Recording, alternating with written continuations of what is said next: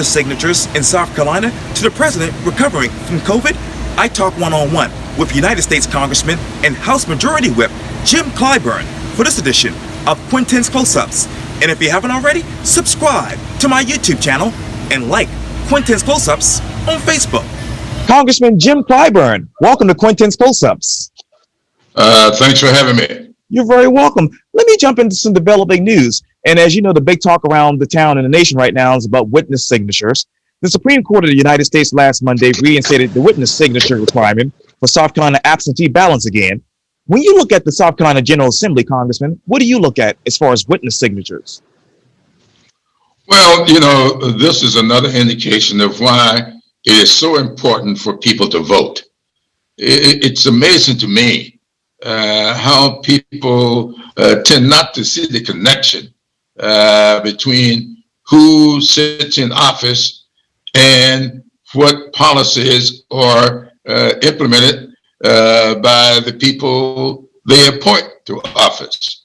The Supreme Court 7 years ago gutted the 1965 Voting Rights Act by rendering impotent Section 4 of that, or Section 5, which applied to Section 4. And so, therefore, this is the first election that we have had since 1965 when we did not have the protections of changes that can be made to the laws. South Carolina put that signature requirement in there as a way of suppressing the vote.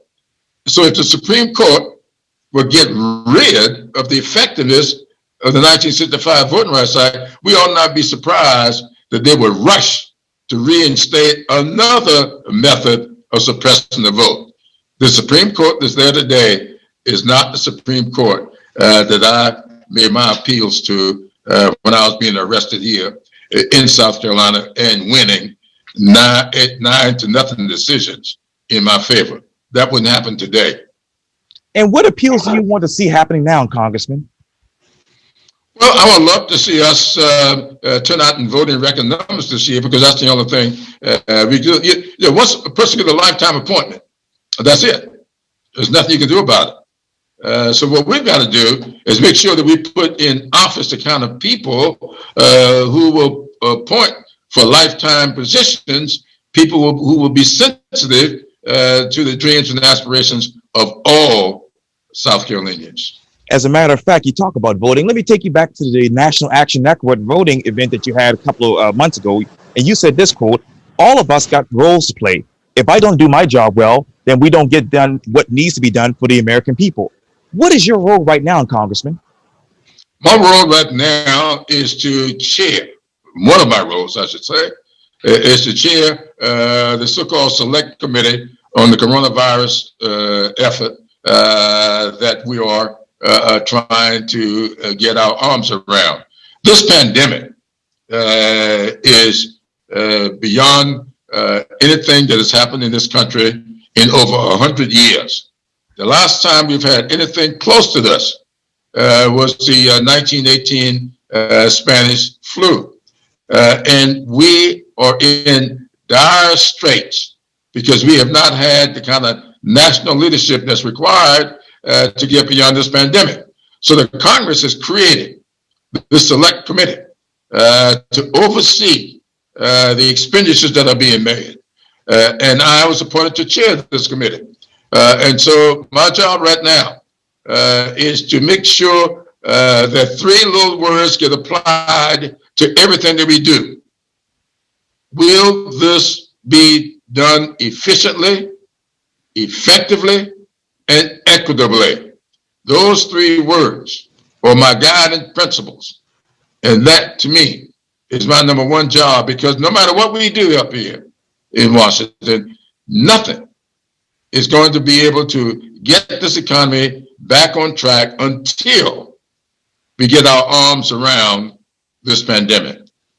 And what needs to get done right now for the American people, Congressman? Well, we need to get relief for the American people. When I say relief, I'm talking about economic relief.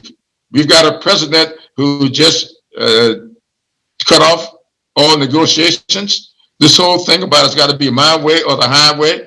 I don't understand how someone who's never had any experience in government would not listen to the people who do have experience in government. Someone who ain't a scientist probably couldn't pass an 8th grade science course is telling people what is good for them, when we won't have a vaccine. None of this is going to happen anytime soon. It goes against all scientific research. No one has ever seen a vaccine developed in 6 or 7 months. And for anybody to believe this president is beyond me.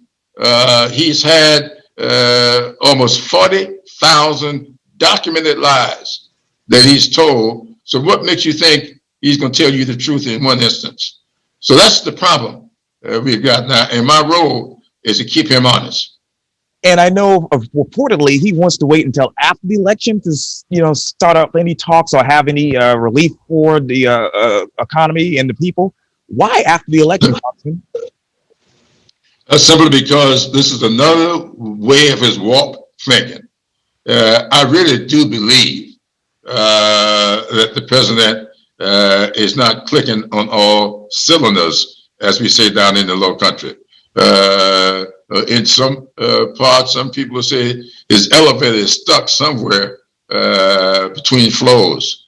So he has no realistic notion about people's lives.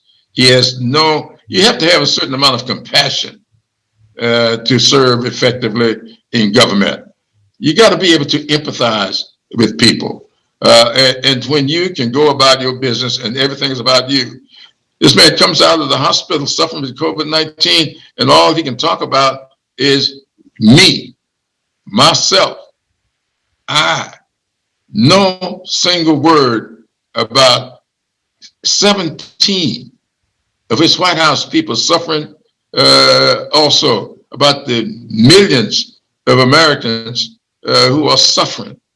211,000 Americans have lost their lives. And I would like for someone to point to me one instance within which this man expressed any kind of sympathy, not to mention any kind of empathy, not to mention sympathy.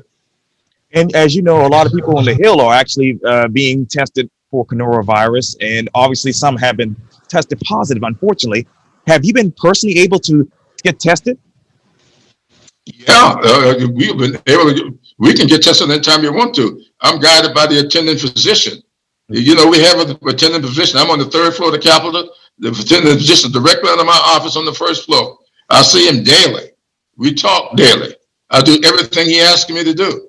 When I have hearings, I consult with him as to how to conduct myself. So I carry out my business the way the attending physician asks us to. And you know, when you've got 20,000 people, I'm told, running the Capitol, I've said all along that Congress people should not get in front of that. Let the attending physician tell us what to do and how to do it. He's the scientist, and he's got a lot of other scientists working with him. So we do exactly what he tells us to do. And you know, Congressman, the president obviously was admitted to Walter Reed last Friday and was just released this past Monday. When you saw that, what was going to your mind?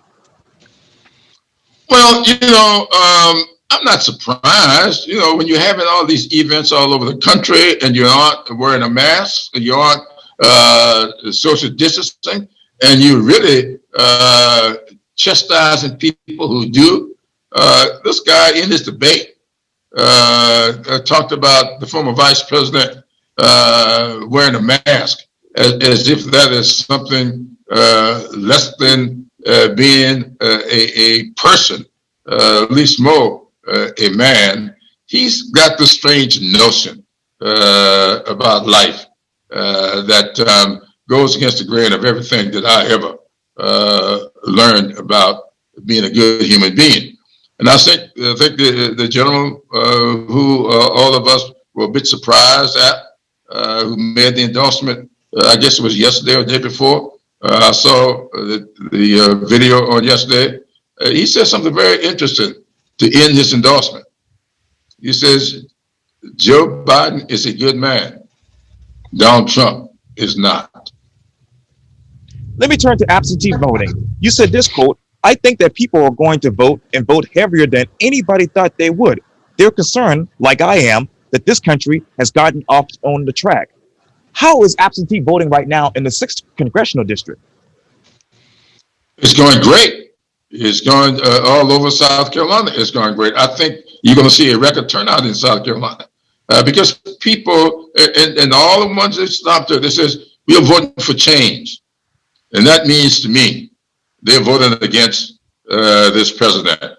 And so I'm very pleased with the way it's going thus far.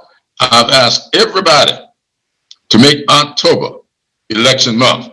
They may, by law, they determine what election day is, and that's November 3rd this year, the Tuesday after the first Monday. This year, that'll be November 3rd. But we are declaring here in 2020, October, to be election month. Because during the month of October, you don't have to have any reason because of COVID-19, everybody can vote absentee early. And we're asking people to do it in person. Don't trust the mails. Do it in person. Even if you request an absentee ballot and you get one and fill it out, take it. And get somebody to take you. If you call my office and says, I got an absentee ballot here, you send somebody to help me get it to the proper place, we'll do it. Because we want everybody to vote in person rather than by mail for two reasons. One is, if you vote in person, that vote gets counted right along with everybody else on election day. If it's in the mail, it gets opened because the mail can arrive 3 or 4 days later. And if it's postmarked at the proper time, we'll have to wait on it to get there. So we don't know how long it may take to deliver the mail. So we're asking people to vote in person. And if you want to vote in person and don't have transportation, call your local elected official, whoever it might be, and tell them you want to vote early and help you get to the voting booth or wherever the ballot box is, and they'll help you. And let me ask you an interesting question, Congressman. How will the Electoral College be affected by mail-in ballots, and who knows when that will be actually counted? Well, the Electoral College, that's the whole thing. There are a lot of people saying, well, we won't know for weeks, maybe months. That's what the president's saying. I don't believe that. I believe very strongly that we will know who the next president will be by 2 a.m. the morning of the 4th. I think enough people are going to be voted in person early enough for us to know exactly what the result's going to be, and whatever may come in the mail won't change the outcome. And let me turn to tonight's vice presidential debate. You told Great Television recently, quote, I think Vice President Pence will be kind and soothing as he always is, but he will continue to carry out a policy or a group of policies that are anademia to what this country should be about. What are those group of policies that are concerning you right now, Mr. Clyburn? Well, in all of the policies, this vice president has been carrying out the policies of this administration. You remember, he was the one put in charge of this pandemic. He was put in charge. And look where we are. I've said over and over again that this administration can be characterized by two words: feckless, reckless. Their policies have been feckless and their behavior has been reckless. Those two words describe what this vice president is all about. He is supporting feckless policies and reckless behavior. And you said Vice President Pence will be kind and soothing at the debate. What should Senator Harris bring tonight? Well, you know, I've seen her on stage with, 12 people. I've never seen her one-on-one, so I don't know. I know that she is a very capable person. I know she is a former prosecutor. I've watched her question witnesses as a member of the Judiciary Committee in the Senate. I've never seen her debate one-on-one, so I don't know exactly what to expect. I know what I hope. I hope that she will do well. I know she has the capacity to do well, but it's one thing to debate in the living room is something else when the whole world is watching. And how should she prosecute the case against the Trump administration tonight? Well, forcefully, but do it in a way that I consider to be firm but fair. I always say that I think that being pleasant, being respectful, I don't think those are signs of weakness. I think they're strength. I've been telling people that I describe former Vice President Biden as being a strong man, 2 words. I describe Trump as being a strong man, 1 word. To me, there's a big difference. And so I would say, I want to see Ms. Harris be a strong woman, 2 words. And let me get back to COVID. Let me ask you this, Congressman. Have the Democrats done everything they can to really contain COVID in your mind? Well, we aren't running. We can pass the laws. We can't implement them. And I'll give you a good example. Okay. If you look in the CARES Act, there's a provision in the CARES Act that calls for Main Street project, the assistance for small businesses on Main Street. That's in the CARES Act. It's about $1 trillion sitting there for that. But 99.7% of that money is not yet spent. And the reason it's not yet spent, because we passed the law and the federal government run by this president, they do the policies and procedures. And what they did was, you cannot borrow any money out of that fund unless you borrow at least $250,000. They started out saying it had to be $1 million. And we raised Cain about that, so they dropped it to $250,000. And that's where it is today. And the money's still sitting there because most small businesses, you take restaurants down in Charleston, if they can come borrow, say $50,000, $60,000, they can do patios so they can have outdoor dining. They don't want to be forced to borrow $250,000 when all they need is $50,000. And so, because you got to pay the money back. Right. So why are they doing that? So the Democrats, we've passed the law, and the Republican administration is refusing to implement it in a fair manner and want to force us, just big business to have money. Look, we've had to get money back from a lot of people. And I'll give you another good example. One company sent us $109 million back because we contacted them. He says, you got this money. We've looked at your records. You shouldn't have gotten this money. Why did you ask for it? They said, we didn't. We did not ask for it. We got a phone call asking us to apply for it. So if somebody called you and asked you that they got $109 million for you, wouldn't you accept it?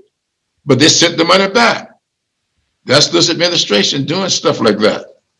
This administration just approved Kodak Camera Company for $750 million, to be exact, $745 million, I believe is what it was, to do pharmaceutical stuff.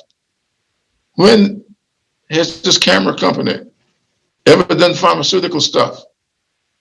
And then when we started doing the investigation, we found out that the board members and the family members of the board members all started trading the stock 24 hours before the thing was announced. Made a lot of money off of it. They got no business with this.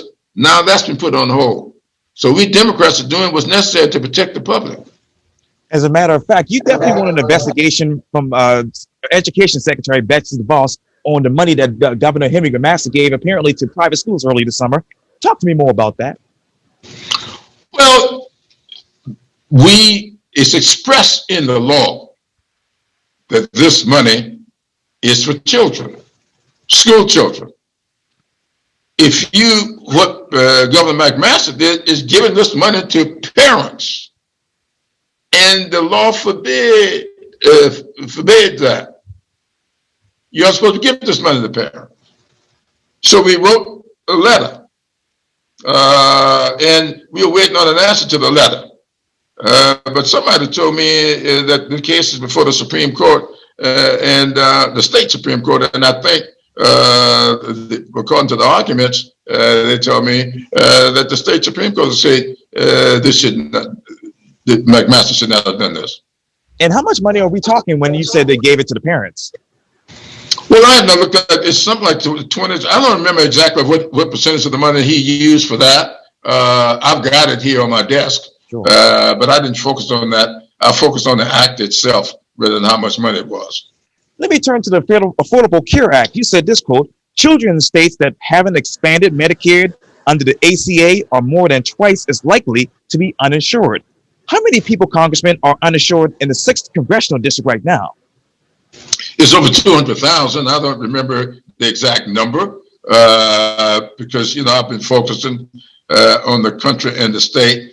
I work hard as a member of the representative of the 6th Congressional District, but most of what I do is for the state of South Carolina. When I passed the 10-20-30 funding formula, it's not just for the 6th Congressional District. It's for everybody in every county in South Carolina. And so I really don't keep numbers in my head about what may or may not apply to the 6th Congressional District. A lot of times people call me and say, where do you stand on HR 2490? Please tell me what that is. I don't walk around keeping the numbers in my head, but I know exactly what issues are. So I can tell you about the issues. I don't always know what number to put on the issue. How do you protect the Affordable Care Act from the other side? Well, you're protected by really built-in the safeguards.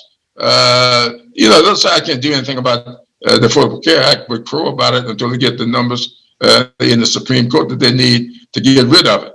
And so I would say, as I say to people all the time, I work hard on the things that I can do. I don't have a vote on the Supreme Court. And so they're going to hear arguments, I think on the 12th of November, as to whether or not to get rid of the Affordable Care Act. This president says he wants to get this nominee approved before those arguments take place, because he suspects she will vote to get rid of the Affordable Care Act. And I will tell them about it. And a lot of people are going to come and say, what you going to do? What do you mean, what am I going to do? I was equipped when we got the votes to pass it. So we passed the Affordable Care Act. It was signed by President Obama. Now, that's the limit to what I can do.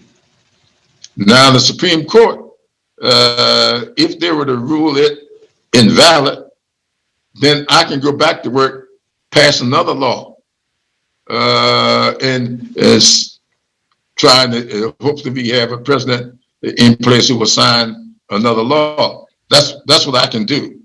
And so I don't spend a whole lot of time on those things that are beyond my control. And I know I have 4 minutes left before you have to go, but let me ask you this. You said this over the summer, Congressman, according to Real Clear Politics, that rioters in Portland burning holy Bibles is their business. And I know you also said that the Holy Bible is a timeless document. Where were you emotionally when you heard and saw that many of those rioters allegedly burned a timeless and sacred document?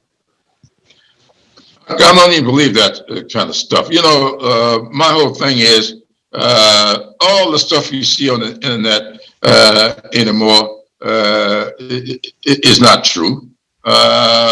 This QAnon stuff, we got to stop fooling with that foolishness. It's causing, that's what caused the election to be lost the last time. People believe that stuff. My daughters call me all the time with stuff that's being said about me on the internet. that ain't true. So I don't pay any attention to that stuff. I did pay attention to the president standing in front of St. John Church with the Bible upside down. That I saw. But if I don't see all of this stuff, I don't pay any attention to it. And the public shouldn't either. When people are talking about rioting taking place, they need to arrest the rioters and then see who they are. In Minneapolis, they found out that the guy running down the street breaking out windows dressed all in black was a white supremacist camouflage as being black. The same thing happened in Oakland, California, but it got reported as being the demonstrators doing the rioting. I want to ask you a question. A riot broke out on that bridge, Edmund Pettus Bridge, in March 1965.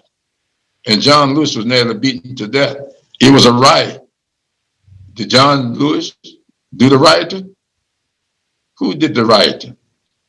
So I would say to anybody, just because you see rioting taking place, doesn't mean that the protesters are doing the rioting. Somebody is always there provoking something. We had windows broken out here in Columbia when people were protesting after George Floyd's death. And when Mayor Benjamin asked the police chief to find those people, he found them. They had nothing to do with the protesters. Those people came here to incite a riot. And that's what happened in Charlottesville, Virginia. A riot took place in Charlottesville. An innocent woman was killed. People were protesting. But who did the rioting? Not the protesters. It's the white supremacists that the president said there were good people among them. So all I'm going to say is think.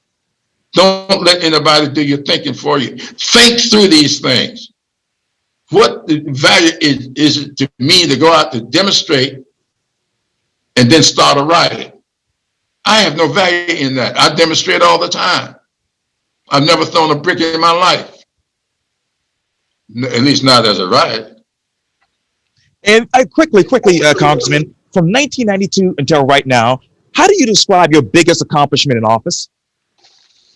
Oh, my Lord. I don't know if I've got any one thing. You know, it all depends on what you're talking about. I'm proud of a lot of things. I'm proud of the Lake Marion Regional Water Agency. We created that regional water agency there against the there were people against me, called me all kinds of names for having done it. And they were the first ones in line at the groundbreaking when the Volvo plant was put down there, which we never would have gotten if we did not have the Lake Marion Regional Water Agency. I can go through things like that happens all the time. 10, 20, 30. A lot of people says, what do you mean by that? I mean that at least 10% of this money should go where 20% or more of the population's been stuck beneath the poverty level for the last 30 years. A lot of people got water systems all over South Carolina under the 10, 20, 30 funding formula. They never would have gotten them otherwise. And so 10, 20, 30 is very important. 4,600 projects in the first year that we did that program got funded all over the United States of America. And that was my broadband, community health centers. I can go through it. And I'm very proud of our accomplishment. No one thing. It all depends on what your needs are as to what the most important thing is that I've ever done. And yes or no, I know you have a Republican challenger this year. Do you hope to debate him? No, I'm not going to debate him. I don't have time for a debate right now. I'll be glad to debate him in January. Congressman Jim Clyburn, the legendary Jim Clyburn, thank you so much for your time. And again, welcome to Quintin's Close-Ups. Thank you for having me. You're welcome anytime.